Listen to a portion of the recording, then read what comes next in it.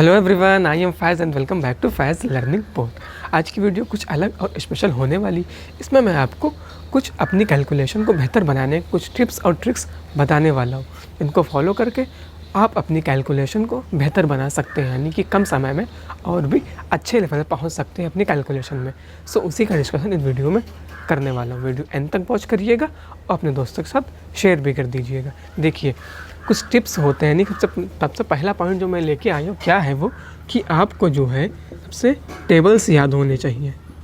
आपको टेबल्स याद होने चाहिए, यानी कि आपको पहाड़े जो होते हैं वो याद होने चाहिए। कहाँ तक याद होना चाहिए? आप कुछ लोग 20 तक तो आप एटलीस्ट आपको सभी को याद होंगे। 20 तक तो याद होंगे सभी में, आप लोगों में सभी को 20 तक याद होंगे। तो करना क्या, आपको 30 तक आपको टेबल्स याद करने हैं। ये एटलीस्ट 30 तक है, यानी कि एटलीस्ट यानी कि कम से कम आपको 30 तक टेबल्स याद होने चाहिए।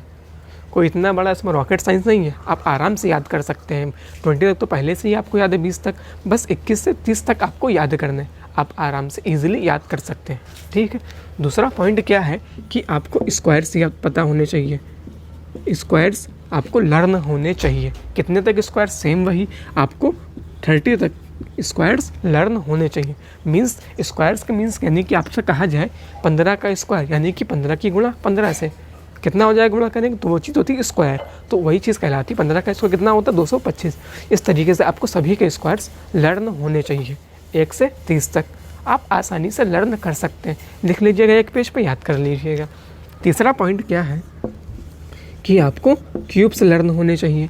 अब ये क्यूब्स क्या होता है? क्यूब वही स्क्वायर, जैसे अगर कहा जाए आपको स्क्वायर 5 का स्क्वायर मीन्स क्या होता है 5 की पावर 2। 5 को 2 बार लेके गुणा करना सेम है क्यूब। इसका मीनिंग होता है आपसे कहा जाए 5 का क्यूब, यानी कि 5 की पावर 3। 5 को 3 बार लेके गुणा करो, कितना आएगा? 5 25। 5 को 3 बार लिख के गुणा करो इस तरीके से।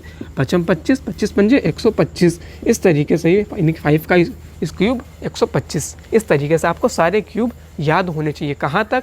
1 से लेके आपको 20 तक एटलीस्ट याद होने चाहिए। 20 तक आपको सिर्फ इसमें क्यूब्स आपको लर्न करने। लिख लीजिएगा एक पेज पे और इसको लर्न कर लीजिएगा, रट लीजिएगा। कोई बड़ा इसके अंदर लॉजिक ने, आराम से इसको याद कर सकते हैं।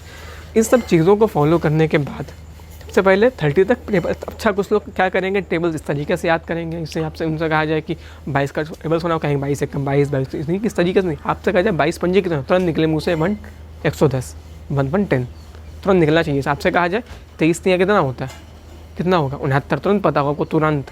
तब तो आप काफ़ी अच्छा कर पाएंगे अपनी कैलकुलेशन में।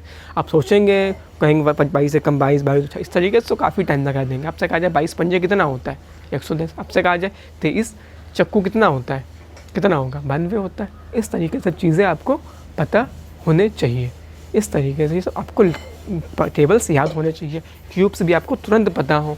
कैसे? आपसे कहा जाए 23 का क्यूब, 23 का स्क्वायर कितना होगा, आपको पता ही नहीं, तो उसको आपको याद करना पड़ेगा। कितना होता है 23 का स्क्वायर? 576। इस तरीके से 576 नहीं, सॉरी उसका कुछ होता है, मुझे याद नहीं, लेकिन याद कर लीजिएगा आप लोग। ठीक है। 22 का स्क्वायर कितना होता है? 484।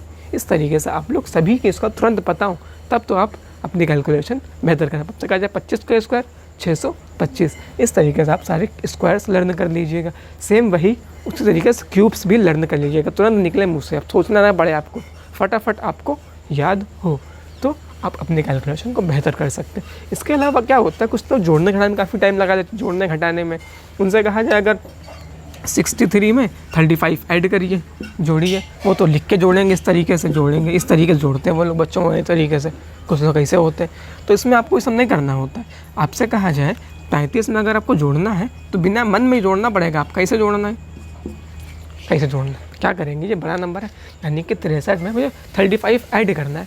63 में पहले तो आप 5 ऐड कर रही है, कितना आ जाएगा 68 आ जाएगा। 63 में अगर 5 जोड़ेंगे बन जाएगा 68। अब ये बचा 30, हमारा मन में सब करना पड़ता है। 30 68 में अगर 30 जोड़ेंगे कितना हो जाएगा 98 हो जाएगा ना।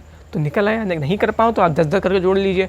68 10 78, 78 और 10 88, 88 और 10 98, हमारे ऐड हो गया। लो 98 आ गया।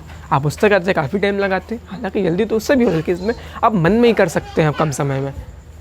बात समझ में आ रही है? इस तरीके से हम जोड़ते भी हैं और घटाते भी सेम। इसे आपसे कहा जाए 215 में आपको 13 घटाना है, क्या करेंगे आप लोग, आप तो उस तरीके से घटाएंगे, सीधे निकाले 200 2 आएगा।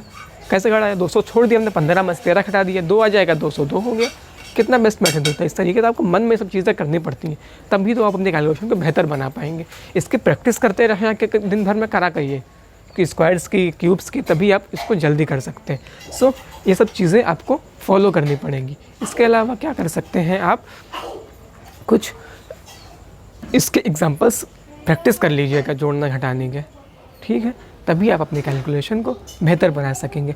इसके बहुत से बेनिफिट्स हैं, बहुत ही बड़ी कैलकुलेशन हम बहुत ही मिनटों में कर लेंगे, सेकंडों में, बल्कि मिनटों में नहीं सेकंडों में कर लेंगे। तो इसके जो बेनिफिट्स होंगे वो मैं आपको नेक्स्ट वीडियो में बताऊंगा। पहले आप लोग सभी को याद कर लीजिएगा, फिर नेक्स्ट वीडियो में मैं आपको इसके बेनिफिट्स बताऊंगा, किस तरीके से आप याद करेंगे ना। आप सब लोग कहाँ क्या बताया, जो लिखा हुआ बोर्ड पर आप सब वो सब याद कर लीजिएगा। तो इसके वीडियो यहीं एंड करते हैं, और नेक्स्ट वीडियो में आपको इसके बेनिफिट्स और इसकी एप्लीकेशंस बताने वाला हूँ। सो इस वीडियो को अपने दोस्तों के साथ भी शेयर कर दीजिएगा। तब तक के लिए गुड बाय एंड मिलते हैं फिर नेक्स्ट वीडियो में।